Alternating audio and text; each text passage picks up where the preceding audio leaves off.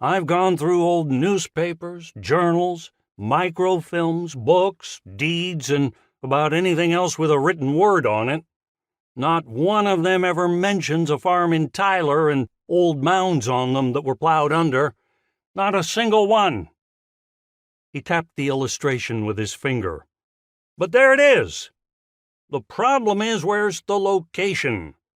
There were scores of farms in Tyler at about that time, and you know what the development around here has been like. Chances are that old farmland is under a parking lot or an office complex or the interstate for all I know. Still, those mounds and that coin, Lewis, are the best evidence I have about the Viking settlement here. I kept quiet. Jon quickly broke the silence. I know what you're thinking. Some evidence, one illustration in an old book, and the memory of a young boy that he in fact found a Viking coin nearly a half-century ago. But that's what I have. He closed the book, and then looked out to the dark corners of the office, where the table lamp didn't illuminate. That's what I have. A brother who I can hardly stand, and an ex-wife who got tired of traveling and tired of my tales and who's living in Oregon, and a dream I won't give up on. Not ever. Not ever. So I joined the procession, flanking the casket as we went back down the center aisle. The organist was playing some sort of recessional tune, and the sparse congregation stood up as we made our way to the open double doors. Again I looked around to see if Jon's younger brother had snuck in during the service, though I knew the chances of that happening were quite slim indeed.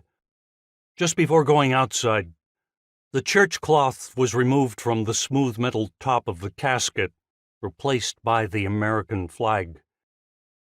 The men from the funeral home worked in the quick, spare movements of those who deal with the dead and the grieving, week after week.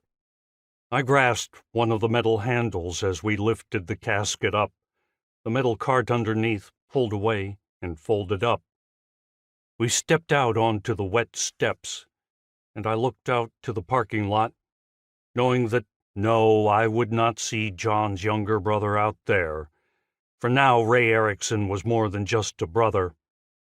He was a suspect. For 3 nights ago, I had gotten an excited phone call from Jon Ericson, saying he had finally found it. The evidence that Vikings had lived in our town of Tyler. And it seemed that soon after that, Ray had gone to Jon's house, where 2 shots from a 9mm pistol were fired into the back of Jon's head as he sat at his old desk in his old room. The rain was cold on my face as we wrestled the casket into the rear of the coach.